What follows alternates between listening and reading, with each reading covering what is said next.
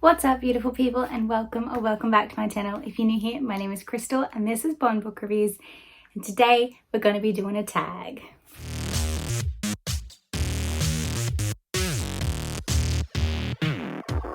Now, I will tag the original creator of this tag as well as the channel that I was tagged by down below in the description box, as well as the few channels that I am going to tag will all be down in the description box below, so make sure you do go check them out and give them a follow if you haven't already. So this is a tag that's been going around in the booktube community. I've seen a lot of people post theirs this week, so it works out really well that this is when I planned to post it. This is the quarter year crisis book tag. This is pretty much, you have like the mid-year book check-in tag, you have the end of year crisis check-in tag, but this is like a new thing that's been created so that you can do that like quarter life check-in and kind of hold yourself accountable as to where you're going well and where you need to maybe readjust. So if you haven't seen my goals video already for the year of 2022, I'll have it in the cards above and linked down below so you can go and check it out. So you know what I'm talking about when I talk about what I'm doing well in and what I'm not. But without further ado, let's just jump into the questions. I will have them all linked down below and timestamped, so if there's a particular question you're interested in, you can pop straight to that part of the video. But without further ado, let's jump on into question number one. Now, question one is, how many books have you read so far this year? I thought it was more than this, but when I looked on Goodreads, I realized that the total number of books that I have read so far this year is only 34, which, like, when you think about it, there's only been 3 or 4 months. So, I mean, I'm averaging around 10 books a month, 8 books a month, which is actually pretty good. But to me, it's low because last year I was so much higher. But I need to accept the fact that the books I'm reading this year are A, a lot chunkier, B, I have a lot of life stuff going on. So I just need to accept that that's just kind of like what's happening. And I still am 4 ahead of schedule for my goal, Goodreads goal of reading 100 books for the year. So, I mean, I can't complain. 34 isn't bad, but I would have liked to get a little bit further ahead before I go and have a baby, because I know that that's going to really like slow me down. So if I can get ahead beforehand with the goal, that's probably ideal. So I do go on 2-3 days a week in the month of May, and then obviously maternity leave in the start of June. So hopefully I'll be able to catch up pretty quickly and get even further ahead. But at the moment, the total number is 34. Question number 2 is, have you found a book that may be your favorite for 2022? And if you haven't, then what's your favorite book that wasn't quite a 5-star read? I have actually had a really disappointing year this year so far. Like, I have not had a lot of 5-star reads, and nothing that like just like instantly jumps out at me as like the best book of the year that I want to like recommend to everybody. But I do want to name a couple that like do stand out, kind of, that will probably make it onto my 2022 faves list. If these were read last year or the year before, they probably wouldn't have made it past some of my faves from those previous years, but they are my faves when compared to the other books that I've read so far this year. So the first one on that was actually the first read of the year that I read, which is a Kristen Hanna book, and that was The Four Winds. And then the second one for that is Kill Your Brother by Jack Heath. As I said, Kristen Hanna, Jack Heath, some of my favorite authors. They can do no wrong, so obviously they're going to end up in my faves almost every year that I read one, and that's exactly what's happened. They're the two kind of like standouts that I have for the year so far. Nothing else really jumps out at me as like a amazing book that I automatically want to give like 5 stars and shout from the rooftops about. Question number 3 is, have you got any 1-star reads, or what's your worst book of the year? I don't really give 1-star reads unless it's a DNF. So if I DNF something, I give it 1 star. If I finish a book and I didn't really like it, it gets at least 2 stars because it managed to keep me going until I finished it. So I don't really give 1-star reads unless it is a DNF. But one book that jumps out at me that has been my worst book of the year that was actually a DNF was, and I'm sorry to anyone who is a Becky Albertalli fan out there, it was Leah on the Offbeat by Becky Albertalli. I DNF'd this. Leah just pissed me off. I could not handle her as a character. I could not read about her any further. I just had to stop at about the halfway mark. I tried to push through because it was a ping pong choice, but I just couldn't anymore. She was just annoying me too much. So that's probably my 1 star or like worst book of the year so far would be Leah on the Offbeat by Becky Albertalli. Question number 4 is, what is the genre that you have read most so far this year? For me, I use Corepile to track my reading. If you're unfamiliar what Corepile is, I'll have the announcement video for the Corepile from G from Book Roast down below, so you can go and check it out and start using it yourself. It is amazing what she has put together, and so many people in the book community use it to rate their reading, keep track of their reading, and it's just a phenomenal spreadsheet. And if you want to be that organized, it's down below. Go check it out.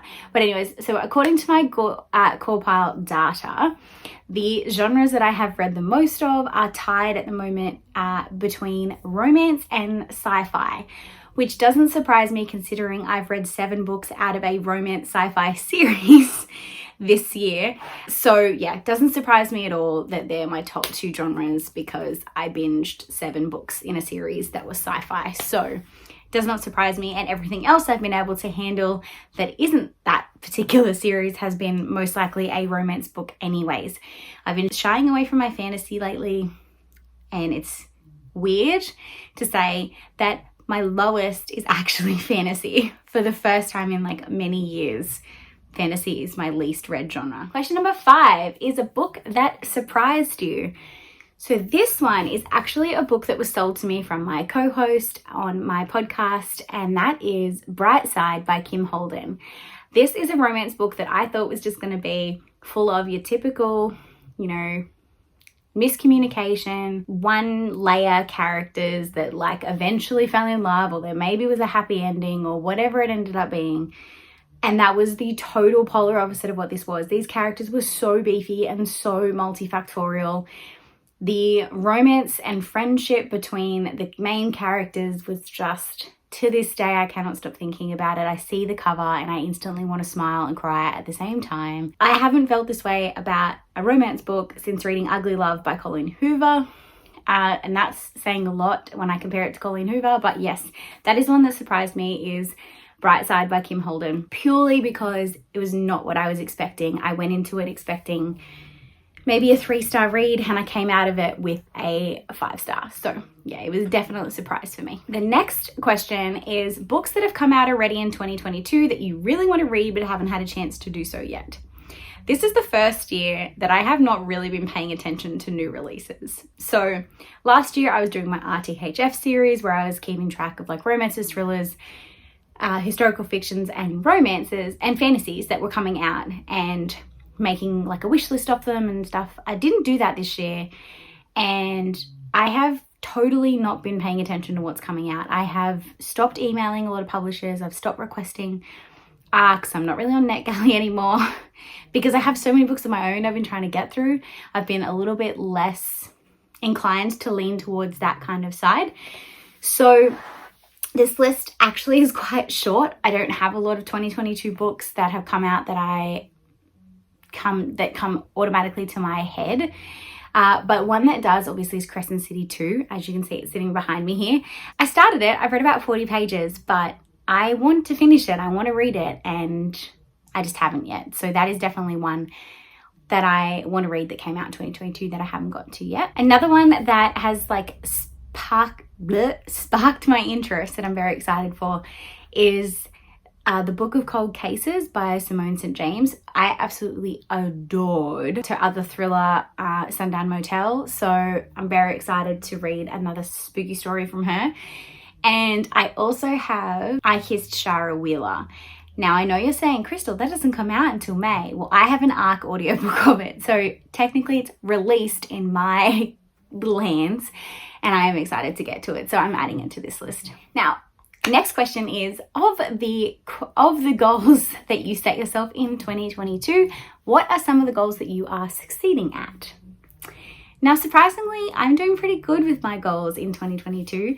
So of my 22 books that I wanted to read in 2022, I have managed to get that down to 11 books already. So I mean, having only read 34 books, 11 of those have been from my 22 books that I want to read for 2022. So tick to that.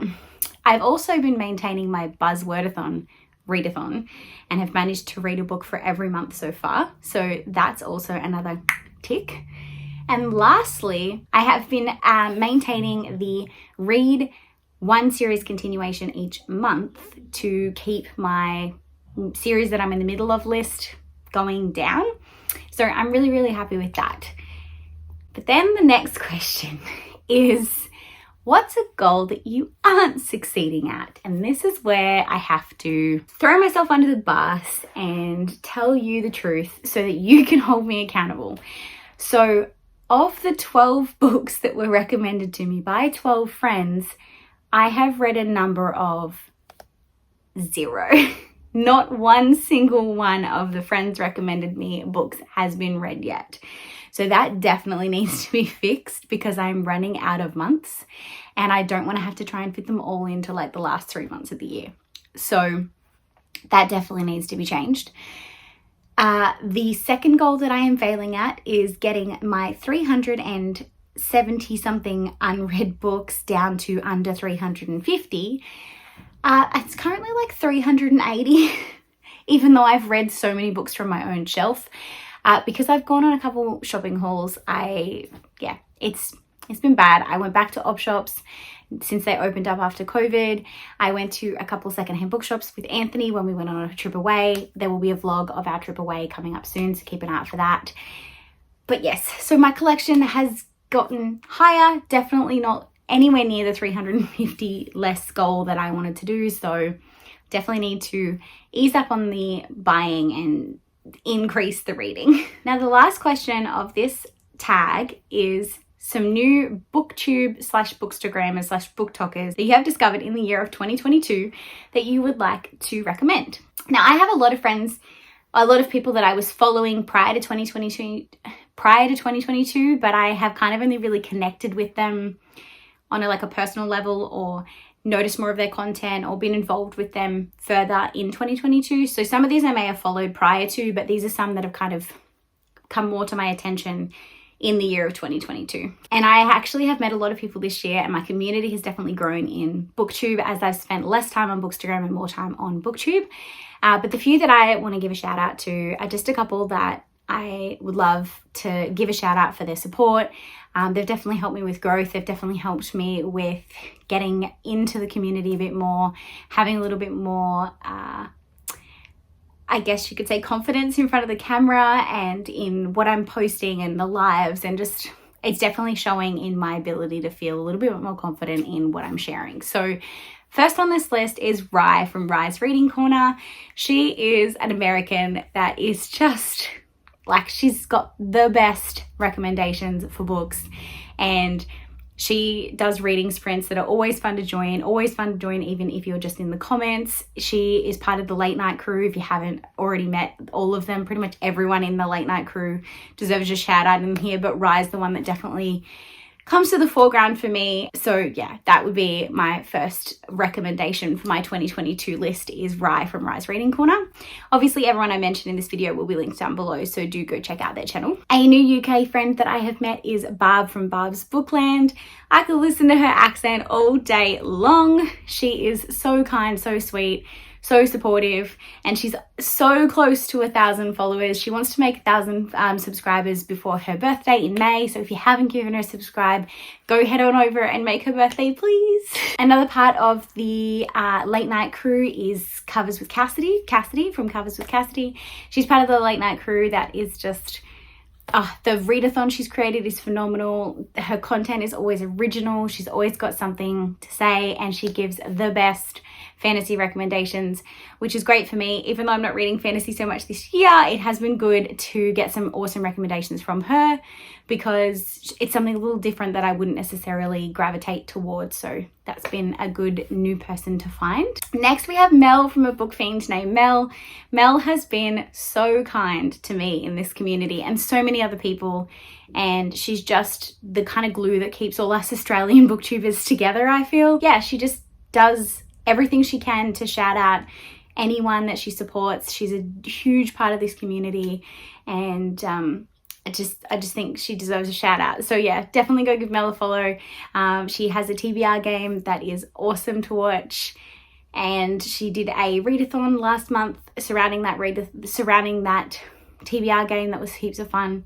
So yeah, Mel is the next person that I want to give a shout out to. Next up, we have Michelle from Michelle's Library. The cool thing about Michelle that I've discovered that has kind of given me like my own idea is she does an alphabet challenge where she reads certain books off her shelf that start with certain letters of the alphabet.